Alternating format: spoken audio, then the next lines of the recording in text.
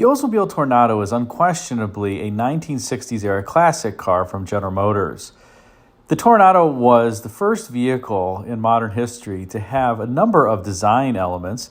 The first is these very sharp-bladed fenders up front that stood vertically tall.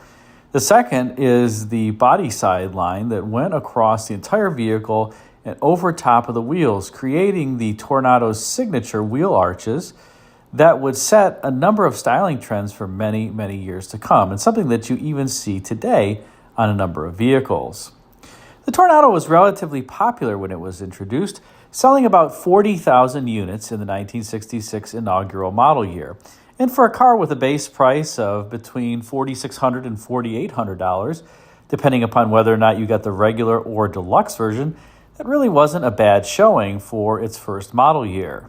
The Toronado also came standard with a 385 horsepower, 425 cubic inch V8 underhood, and perhaps even more importantly, the transmission in the 1966 Toronado, a so-called turbohydromatic 425 transmission, enabled the vehicle to be powered through the front wheels versus the rear wheels. It was a unique setup and the first time General Motors had introduced front-wheel drive to its buying public.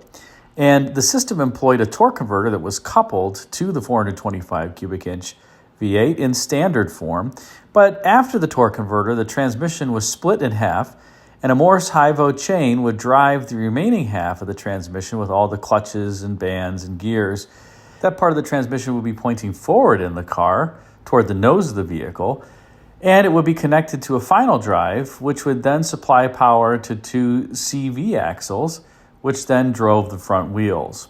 It was a great, great design that found many applications, not only in the Toronado, but also later in 1967 in the Eldorado. The Riviera would stay rear-wheel drive in terms of the e-car variants, but the Toronado and Eldorado became front-wheel drive and were front-wheel drive from 1967 for the Eldorado, 1966 for the Toronado, forward until their final years of life.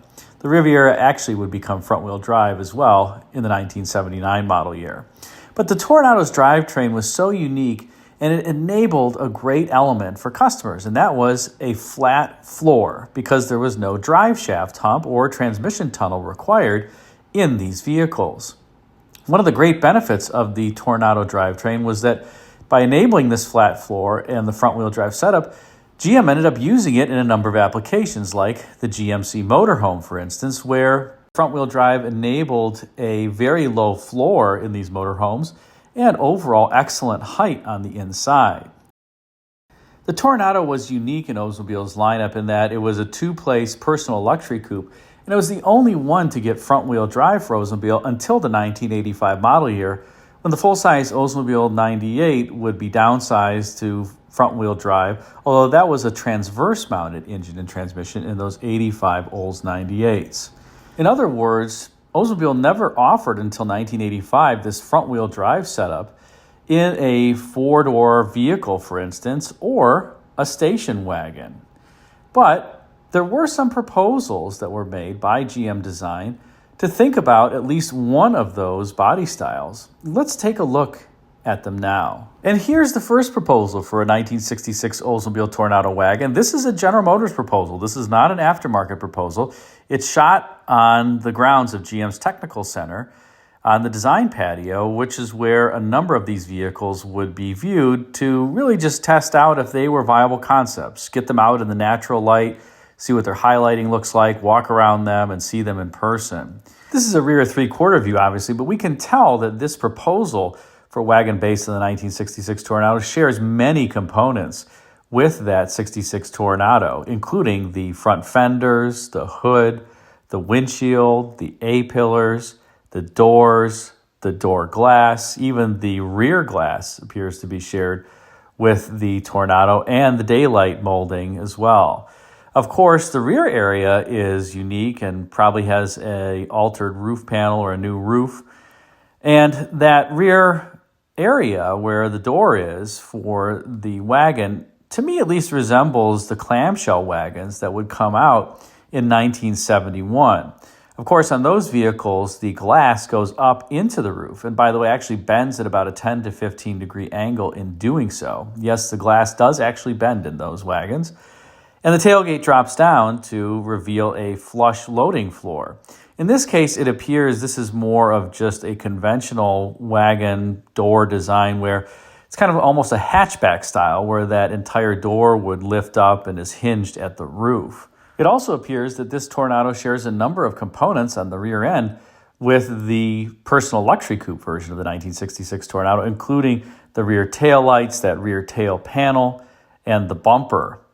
Of course, this wagon has the Tornado's signature wheel arches, which I think look pretty handsome on this wagon overall.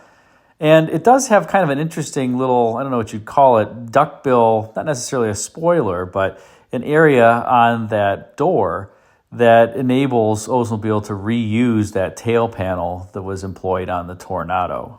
Of course, we can tell the wheels and the door handles and some of the hardware is also shared with the Toronado. There is one strange feature, and that is take a look at the cornering light that you see here in this proposal for the Toronado wagon. It's a different cornering light than what would be found on the final version 1966 Oldsmobile Toronado. So my guess is that this wagon proposal is from sometime before the 66 Toronado was released for production, as I would anticipate that cornering light would be exactly the same. Why would you make it any different on the wagon than the personal luxury coupe, especially when you're sharing so many other components? But nonetheless, I think an overall handsome proposal for a wagon, and one that maybe would even rival the Vista Cruiser in terms of overall coolness and styling. I mean, how often do you see two-door wagons, or would you have seen them in the 60s? They were generally the lower-end wagon in previous years when offered.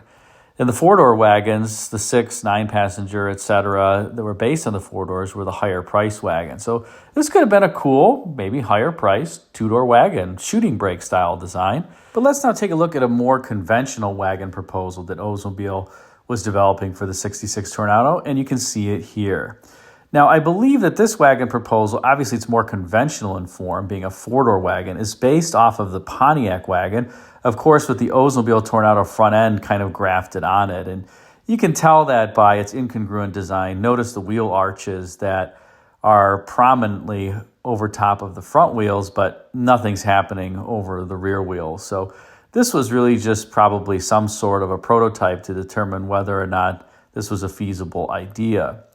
And we can see here in the rear three-quarter view that it's kind of an awkward-looking design overall with very strange taillights that don't appear to be finished in an appropriate manner. Again, my guess is that this isn't a fully baked design proposal, but more something really just to study feasibility.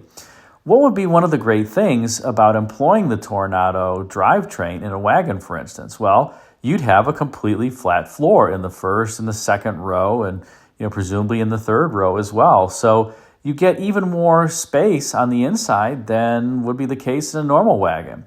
And you could get the vehicle to have all of the great things that a wagon could do, basically. It could still tow a lot of weight. The Toronado drivetrain was extremely robust, as I mentioned. It was employed virtually unaltered in the GMC motorhomes in the mid-1970s. And you could fit tons of people inside, and the car presumably would look good. I'm sure if GM Styling had finished their execution in terms of this particular proposal. So the Toronado drivetrain had a lot of merit when it came to a wagon. And candidly, I'm kind of surprised that GM really didn't try to further develop this theme, because that front-wheel drive in a wagon could have really enabled a number of excellent things and would have been a highly unique selling point. I suppose one of the challenges might have just been public perception and getting the public to overcome this issue with front-wheel drive, and that they may have had concerns, well, can it really tow my boat in 5,000, 6,000 pounds like an existing station wagon could? But presumably, Oldsmobile would have been able to get through that. In any case, I think these two proposals for wagons based on the Toronado certainly signify that there were thoughts going on in the leadership's mind at General Motors about executing one of these designs. And I have to say the two-door Toronado wagon, at least to my eye, looks pretty handsome. But what do you think? What if Oldsmobile had introduced one of these? Which would you have selected, or would you not have selected either of them? Let me know in the comments section, and feel free to comment. In closing, I will point out that while General Motors didn't themselves come up with a station wagon based on the Toronado, there was an aftermarket company, American Quality Coach, or AQC, that came up with what they called the 707, which you see here, a nod to Boeing's obvious airplane. And this thing was absolutely huge. It has 6 wheels, obviously 2 rear axles there, 4 doors on either side for a total of 8 doors. And I believe this rode atop a 185-inch wheelbase and was produced from 1968 to 1970. It's not quite clear how many were made, somewhere between 50 and 150, but take a look at this crazy limousine that was made by AQC. Needless to say, I would not want to be taking a corner in one of these vehicles trying to pilot this around it, as it's absolutely massive. In any case, let me know what you thought about this special on the Olds Toronado Wagon. Put a comment in the comment section, and thanks again for watching.